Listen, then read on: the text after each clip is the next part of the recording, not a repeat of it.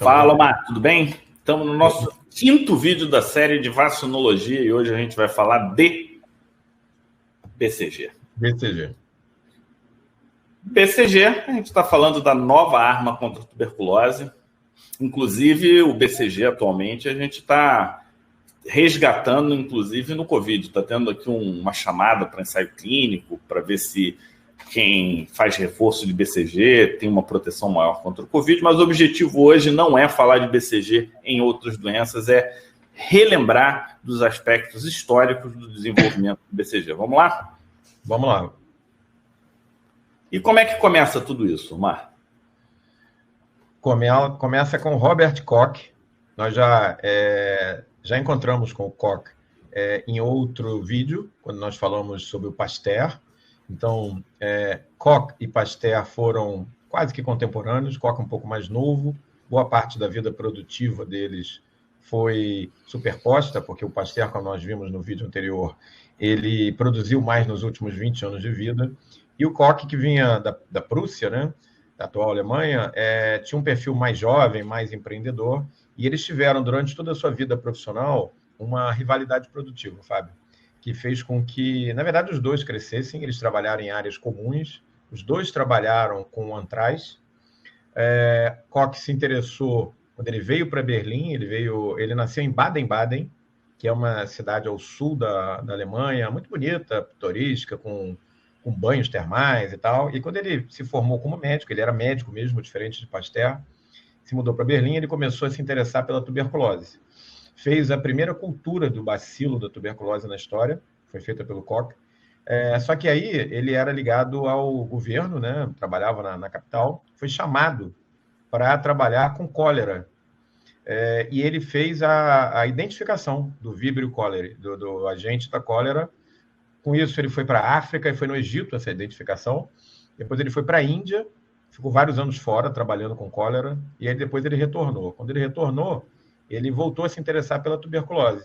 E, graças a ele, houve um avanço muito grande com relação à identificação do bacilo da tuberculose, leva o seu nome até hoje, bacilo de Koch, a gente chama de BK na prática, né? Mas, curiosamente, Fábio, ele cometeu um erro, né? Ele tentou curar a tuberculose com um extrato que vinha das culturas dele de BK, do bacilo, que ele deu o nome de tuberculina. E ele tentou e ele não teve bom resultado, na verdade. Ele publicou dados que provavelmente ele não avaliou corretamente e ele relativizou esses resultados. Aí ele não conseguiu. Depois de um tempo, ele fez uma nova tuberculina, que ele chamou de tuberculina nova, né? E ele publicou que essa seria melhor do que a anterior, mas também não foi. Então ele bateu na trave com a questão do tratamento, mas acertou em cheio com o Vibrio cholerae e com a identificação do BK. Tanto é que ele foi o Prêmio Nobel de Medicina do ano de 1905. Mas vamos em frente, né? Porque BK e BCG é muito mais do que só o Koch, né? Com certeza. E a gente vai ver que mais de um conceito foi utilizado aqui para o desenvolvimento do BCG. O Koch, ele pegou um dos conceitos, que era uma forma de atenuar, uma forma de enfraquecer, mas aí ele usou a própria causadora, né? Diferente das estrelas do nosso vídeo de hoje. As estrelas do nosso vídeo chamam-se Camille Guérin e Albert Calmette, né? Eles eram dois grandes pesquisadores e eles trabalhavam onde? Nada mais, nada menos do que o Instituto Pasteur. E um deles se tornou diretor, agora eu não lembro quem que era o médico. Um era médico, outro era veterinário, né?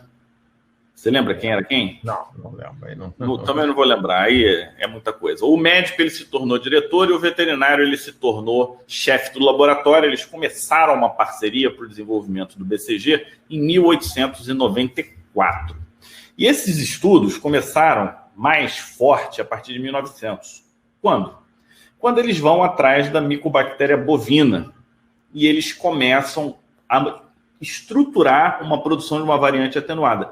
Olha o que eles fizeram. Eles pegaram os dois conceitos que a gente já aprendeu com o Pasteur, porque o Pasteur, quando ele viu a atenuação, ele trabalhou com a atenuação de duas formas. Ele trabalhou, tipo, expondo oxigênio, aumentando a temperatura, mas ele viu que quando mudava de espécie, você conseguia desenvolver resposta sem causar doença. Era uma forma de atenuação. E eles incorporaram esses dois conceitos, né, para a estratégia deles. Mas não foi fácil não, tá? Olha só, quem está vendo esse vídeo e não pegou esse pedacinho do trabalho do Pasteur, volta lá no vídeo do Pasteur e vê aquele trabalho em que ele cruza as bactérias em diferentes gerações de galinhas. Aí vocês vão entender a imagem de estudo. E o que acontece? Essa micobactéria formava aglomerados, então eles tinham muita dificuldade no cultivo desse agente, né? Até que eles conseguiram, em 1906, desenvolver estratégias. Eles conseguem criar estratégias para eliminar esses aglomerados. Eles iniciam um subcultivo em 1908. Só em 1919, 230 subcultivos depois, que eles conseguem o bacilo de Calmette-Guerin, que nada mais é que um Mycobacterium bovis atenuado. Ou seja, quem não sabia a origem da palavra BCG ou não tinha detalhes, está aí por que se chama BCG. E merece o nome deles, né? 20 anos de trabalho. Olha só, quem faria isso nos dias de hoje, né? Até tem quem faça, mas persistindo, com certeza não foi 20 anos à toa. Estamos falando aí de uma bactéria de crescimento lento, né? De proliferação lenta, como todas as micobactérias. Estamos falando aí provavelmente de muitos erros e acertos nesse caminho, né?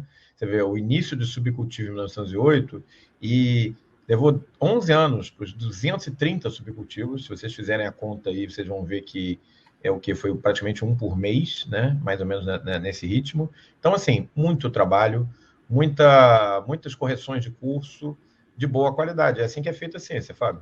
Não, e foram 6 anos para conseguir eliminar os aglomerados. Olha a vontade que eles tinham de chegar lá. E vou te falar, provavelmente a vacina mais aplicada no mundo atualmente. Hoje a gente sabe, né, que essa atenuação é perda desse gene RD1, que é um resultado desse subcultivo, né?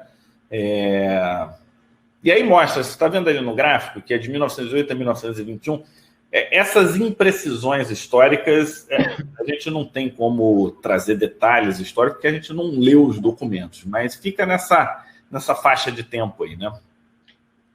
Eu queria fazer um comentário. A gente está vivendo aí um momento de Covid, com muitas cepas surgindo, né? E uma coisa que a gente tem a impressão nesse momento é que todas as modificações do patógeno são para torná-lo mais agressivo e mais virulento. Na verdade, não. Boa parte das mutações que os seres vivos sofrem, e as bactérias não são diferentes, e vírus, são deletérias. Então, quando a gente vê isso acontecendo, né, o BCG, o bacilo original, né, de bovis se tornando menos virulento, por uma mutação, que foi isso que aconteceu, a perda, né, de um gene, ou da expressão de um gene, isso é a regra, né? A regra é mutações são deletérias, elas não são benéficas, né? Então, a gente aprende um bocado aí com esse estudo, né, do Calmette e do Guerin. Eles realmente merecem estar com o nome na história da medicina. E o próximo passo aí, Omar, vou botar aqui para a direita para a gente ver a data certinho. 1921, Benjamin, não sei falar o resto do nome dele, ele era médico, e ele tinha a seguinte situação. A mãe morreu de tuberculose, a criança estava sendo cuidada pela avó e a avó tinha tuberculose. Ele se juntou com um pediatra, Raymond Turpin. Ele era pediatra, ele trabalhou com o médico e aí que eles chegaram à conclusão? Que essas crianças, e era uma situação relativamente comum, morria-se de tuberculose, a criança era exposta a altíssimas cargas de Mycobacterium e essas crianças eram as que mais sofriam. Era considerado, até o conceito de população vulnerável vem muito dessa época aí, né? Eles eram população vulnerável e com isso eles pediram para aplicar o BCG, porque a gente estava naquela onda de vacinação, tudo super positivo em relação às vacinações, né? Já estava funcionando difteria, tétano, então os caras estão atentos. Vamos para BCG, então. E aí o que acontece? Lembrar uma coisa que a gente comentou num vídeo anterior, que durante boa parte do finalzinho do século XIX, início do século XX, foram as vacinas e a soroterapia que tiveram na frente da medicina. Não tinha antibiótico, gente. O antibiótico foi surgir lá pela Segunda Guerra Mundial.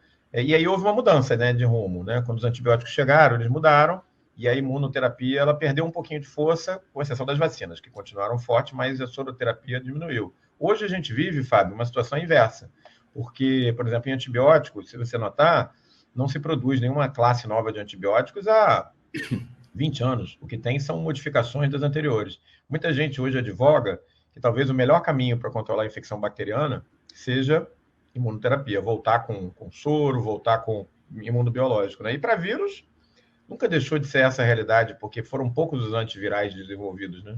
Mas vai em frente, vai lá. Eu acho que vale a pena, gente, principalmente para os mais jovens, existe uma tendência de se achar que o BCG não protege muito, é uma proteção. Vamos ressituar quem ficou desatento. Qual é a doença que mais matou na história do homem? Tuberculose. E as formas graves de tuberculose, a gente está falando de número de bilhão aqui, pelos cálculos. Então, a gente está falando de uma doença que matou muito e continuaria matando muito, porque as apresentações clínicas de gravidade na época eram muito prevalentes, e a gente já não vê tanto hoje em dia. Isso começou com esse estudo nas enfermeiras em 1921, lá na Noruega. As estudantes de enfermagem que foram submetidas ao tratamento com a vacina BCG, elas tinham menos tuberculose do que as que não eram vacinadas. Então, quando a gente faz uma comparação hoje de tem e não tem tuberculose, a gente está comparando um vacinado com outro vacinado. Mas se pegar os estudos da época que se comparava os não vacinados com os vacinados, tinha diferença. E isso não pode ser esquecido nem ignorado, de jeito nenhum. Lembrar que a tuberculose tem um nome, né, de peste branca, né, em comparação com a peste negra. E uma outra coisa interessante, todo mundo aí preocupado com a vacina de Covid, porque vai dar dor muscular, porque vai dar uma febrezinha. Lembrar que o BCG, classicamente, deixa a pega vacinal, né, que é a ferida, e tem que deixar, né, para a gente garantir que o BCG foi eficaz. E em algumas situações mais raras, deixa a BCGite, que é a infecção ali localizada, né? Às vezes eu já vi com cicatrizes e úlceras grandes. Então, acho que está todo mundo hoje, gente, meio Nutella. Vocês estão vendo aí a foto das enfermeiras aqui de 1920. Animadinhas, né? Animadinhas, dando o bracinho ali para vacinar. Essas são as enfermeiras raiz. Agora nós temos as Nutella, que estão preocupadas porque dá dor no braço. E outra coisa, o Omar, se você for examinar ele tem marca nos dois braços. Tem. Eu também, eu fui tipo a última geração. Escrevam aí no comentário por que a gente tem duas marcas e vocês mais novos só tem uma. Vamos ver se vocês estão atentos mesmo no curso de vacinologia, né, Omar? Não vamos responder essa agora, não. Então, assim, o primeiro protocolo que foi aplicado para prevenção de doenças na França foi focando em quem? Nas crianças. Nas crianças de risco, as crianças vulneráveis. Porque a meningite e tuberculose era uma das apresentações mais importantes e temidas. E aí, iniciou-se um trabalho, até baseado naquele primeiro caso que a gente descreveu, e deu bom, Omar, deu bom de novo. Parece até um opistótono, né, essa criança. Tem. A gente não vê quadros de meningite dessa maneira, fazendo um opistótono, né, quase fazendo um arco, né, criança. Mas mesmo assim dá surdez, dá um monte de complicações. E assim, na minha vida profissional, óbvio que eu sou dermato, mas a gente vê muita manifestação de tuberculose. Eu nunca vi uma meningite por tuberculose, nunca presenciei. Eu já tive o desprazer de ver em criança e não foi uma situação agradável, não responde rápido, inflama pra caramba. Óbvio que não são todos os casos. Agora, eu não lembro se essa criança tinha sido vacinada ou não. Essa informação a gente vai ficar devendo. Então, depois disso, em 1927, BCG, larga escala, as crianças não estão tão felizes quanto as enfermeiras aí, né? Elas já estão um pouco mais ressabiadas. Olha o local de aplicação diferente, né? Mas depois a gente padronizou. Porque eu acho que a padronização do local da vacina é importante, né? Porque aí você consegue identificar se a pessoa foi exposta ou não. Inclusive, hoje, quando você vai fazer uma notificação de casos de tuberculose, uma das perguntas tem ou não tem marca vacinal. Esse é um ponto. E aí a segunda pergunta é se teve ou não teve reforço. É importante, mas nem sempre você consegue isso com clareza. Em relação à evolução do BCG propriamente dito, em 1940 tivemos então diversos estudos que indicam o papel protetor da BCG em crianças. O aumento de casos de tuberculose no pós-guerra amplia a cobertura vacinal. Em 1960, a OMS recomenda a vacinação de BCG em toda a população, até que em 1974 ela é incluída no programa de imunização expandida para todas as crianças. Então, esse é um reconhecimento público da importância dessa vacina. Isso aí, um dos grandes avanços de saúde pública do século XX, que chega ao século XXI sendo importante demais para a tuberculose, para a própria hanseníase. E é curioso, né, que agora na pandemia da Covid, a gente tem visto dados sugerindo que os países que mantêm há muitos anos, como a Índia e o Brasil, um programa de BCG, têm tido proporcionalmente resultados melhores. Isso pode parecer um contrassenso, né, porque o Brasil está indo mal na pandemia, mas, na verdade, quando a gente faz uma correção, esquece o número de casos absolutos e coloca o número de casos relativos para a população, a situação do Brasil não é tão ruim. E a situação da Índia não é ruim, absolutamente. Já países que vacinaram bastante e pararam lá pelos anos 60, existem vários nessa situação, portanto, a população mais idosa tem o BCG e a população mais jovem não estão tendo tanta morte entre os adultos, os mais velhos. E aqueles que pararam há muito tempo ou nunca tiveram um calendário vacinal de BCG estão tendo um resultado muito ruim. Obviamente que a gente sabe que a Covid depende de muito mais pontos do que só o BCG. Então, os estudos, o Fábio até já se referiu a um que está começando aqui no Brasil, vão clarificar a médio prazo até que ponto a BCG pode fazer uma reação cruzada, ajudar, mas faz todo sentido, Fábio, porque é uma vacina para uma bactéria intracelular ativando justamente o linfócito ter citotóxico, que é exatamente o que você precisa. E como é que está essa bactéria? Vivinha, né? Exatamente. Ela está vivinha. E aí a gente vai ter um vídeo no nosso curso de vacinologia, quando a gente descobre o conceito sobre a proteção estendida, ou seja, quando você tem mais proteção do que propriamente a proteção contra aquele agente infeccioso. Então, fique atento na nossa programação. Eu não sei se a gente vai abrir esse vídeo para o YouTube, mas com certeza ele vai estar lá no nosso curso de vacinologia, que é 100% grátis, tá, Omar? Você não precisa fazer nada, é só ir lá, se inscrever e ser feliz. Vamos seguir, então? Vamos. Eu não sei se os colegas sabem, mas aquela cepa original já não é mais a mesma no mundo todo. Tem variantes. Então, tem BCG Brasil, Rússia, Bulgária, Japão, Dinamarca. Aí vocês veem que tem subtipo, né? Tipo 1, tipo 2, mais de um tipo de BCG sendo aplicado em algumas áreas do mundo. Então, virou uma salada isso aí.